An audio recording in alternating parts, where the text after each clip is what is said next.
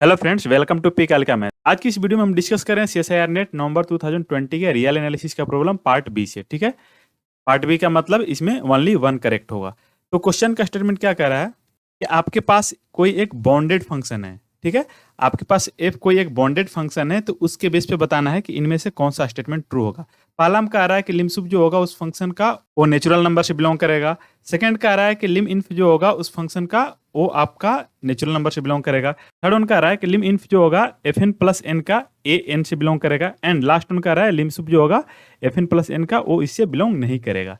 तो हम देखते हैं इसमें हमें क्या बताना है कि इनमें से करेक्ट कौन सा नहीं है, मतलब इनमें से फॉल्स वन हमें चूज करना है। ऐसे क्वेश्चंस के लिए आपको क्या करना है, आप ट्राई करिए इसको डिस्कार्ड करने की। दैट इज आप थ्योरेटिकल अप्रोच मत लीजिए, कोशिश करिए कि कोई एक ऐसा सुटेबल एग्जांपल लेके छोटा मोटा जिसे हम डिस्कार्ड कर सकें। ठीक है, तो चलिए मैं एफ एन को कुछ ले लेता हूँ, F N equal to one. ठीक है, आपने देखा होगा हम सीक्वेंस में भी कुछ ऐसे ही ले लेते हैं, वन ले लेते हैं, -1 ले लेते हैं। छोटा मोटा ऐसे सीक्वेंस होता है, बहुत काम के होते हैं। ठीक है, तो इस टाइप का आप कोई भी चूज कर सकते हैं जो आपके हाइपोथेसिस को सेटिस्फाई करे, दैट इज क्वेश्चन को सेटिस्फाई करे। तो क्वेश्चन में ये कह रहा है ना कि हमारा जो फंक्शन है वो एन से एन में बाउंडेड है। ठीक है, हमने ले लिया, ये हमारे क्वेश्चन को सेटिस्फाई कर रहा है। अब देखते हैं, फर्स्ट वन कह रहा है कि लिमसुप एंड सेकंड वन कह रहा है लिमिन्फ। तो हम इसका देखते हैं, इस फंक्शन का लिमसुप क्या होगा। इस फंक्शन का लिमसुप यहाँ एन टेंस टू इन्फिनिटी, इस एफ एन के क्या हो जाएगा आपका वन हो जाएगा। साथ में इसका इन्फिमम भी निकालिए, लिम इन्फ एफ एन का जो होगा ए भी वन होगा एन टेंस टू इन्फिनिटी के लिए।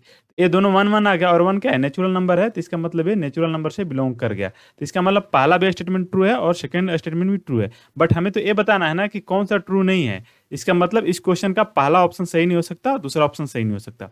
अब हम तीसरा और चौथा में देख रहे हैं, तो देखते हैं इसी फंक्शन को लीजिए। वन अगर लिया तब थर्ड वन के अकॉर्डिंग क्या होगा, L I M lim n tends to infinity I N F, और ये हो जाएगा वन प्लस एन। ठीक है, तो इसका देखिए इस एन टेंस टू इन्फिनिटी के लिए क्या आ जाएगा आपका ए इन्फिनिटी आ जाएगा। ठीक है, और इन्फिनिटी का नेचुरल नंबर है नहीं है ना, दैट इज ए आपके नेचुरल नंबर से बिलोंग नहीं करेगा।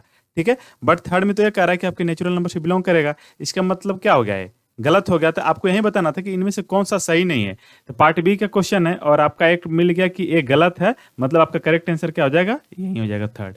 ठीक है, इसको आप वैसे भी सोच सकते हैं, जैसे मान लीजिए कि फंक्शन क्या आपका बॉन्डेड ही है ना, तो फंक्शन बॉन्डेड है, तो मान लीजिए कि आपका कुछ एफ होगा वो लेस देन इक्वल टू सी, इस टाइप से होगा। ठीक है, तो ये जब इस टाइप से बॉन्डेड हुआ तो इसका जो इन्फिमम सुप्रीमम निकालेंगे सब बॉन्डेड ही आएगा। ठीक है, और बॉन्डेड आएगा, और यहाँ पे एफ क्या है आपका एन से एन में है। ठीक है, तो ए बॉन्डेड बाई ये नेचुरल नंबर, ये बॉन्डेड बाई नेचुरल नंबर है, तो इसका सुप्रीमम इन्फिमम भी आपका नेचुरल नंबर से होगा। तो आप जब लिम इन्फ या सुप निकालेंगे तो ये भी आपका क्या नेचुरल नंबर से आएगा। तो इस वे में भी आपका पहला और दूसरा ट्रू हो जाएगा। तो आपका करेक्ट आंसर पहला दूसरा नहीं होगा। अब रही बात थर्ड वन की, थर्ड एंड फोर्थ की, तो मान लीजिए कि बॉन्डेड बाई सी है, तो इसका जो लिमिट इन्फिमम या सुप्रीमम डिपेंड करेगा किस पे करेगा, सी प्लस एन पे करेगा। तो यहाँ पे देखिए अब एन का वैल्यू बढ़ाते जाएंगे तो क्या होगा, ये आपका इन्फिनिटी की तरफ जाएगा जब आप लिमिट इन्फिमम निकालेंगे। उसी तरह सुप्रीमम के केस में भी होगा। तो इन्फिनिटी तो आपका एन से बिलोंग नहीं करता है। ठीक है, तो आपका ए गलत और ए ट्रू हो जाएगा, और हमें गलत ही बताना था, तो इस तरह से भी आपका ऑप्शन थर्ड ट्रू हो गया। तो यहाँ पे आप देख सकते हैं मैंने दूसरे मेथड से भी करवा दिया इसको बाउंडेड लेके। तो आप इस तरह से कोशिश करेंगे एग्जाम में ऑप्शंस डिस्कार्ड करने के लिए। ठीक है, इसके पेपर सोल्यूशन में हमने मेंशन किया हुआ है कि आपको थ्योरेटिकल अप्रोच इस टाइप के प्रॉब्लम में नहीं लेना है। कोशिश करिए कि छोटा मोटा एग्जांपल लेके इसको डिस्कार्ड कर सके। हमें बस यही देखना है ना कि हमारे क्वेश्चन के अकॉर्डिंग क्या है, क्वेश्चन के अकॉर्डिंग हमें देखना था कि इसमें से कौन सा ट्रू नहीं है। हमने वैसा एग्जाम्पल चूज कर लिया जिससे फर्स्ट एंड सेकंड तो ट्रू हो रहे हैं, तो हमारा करेक्ट आंसर ट्रू वाला नहीं है, हमें फॉल्स वाला देखना है, दैट इज नॉट ट्रू वाला। तो थर्ड हमें मिल गया कि थर्ड नॉट ट्रू हो रहा है, तो इस तरह से हमारा थर्ड ऑप्शन ट्रू हो गया। ठीक है, आई होप आज का वीडियो आपके प्रिपरेशन में हेल्पफुल रहेगा। Thank you.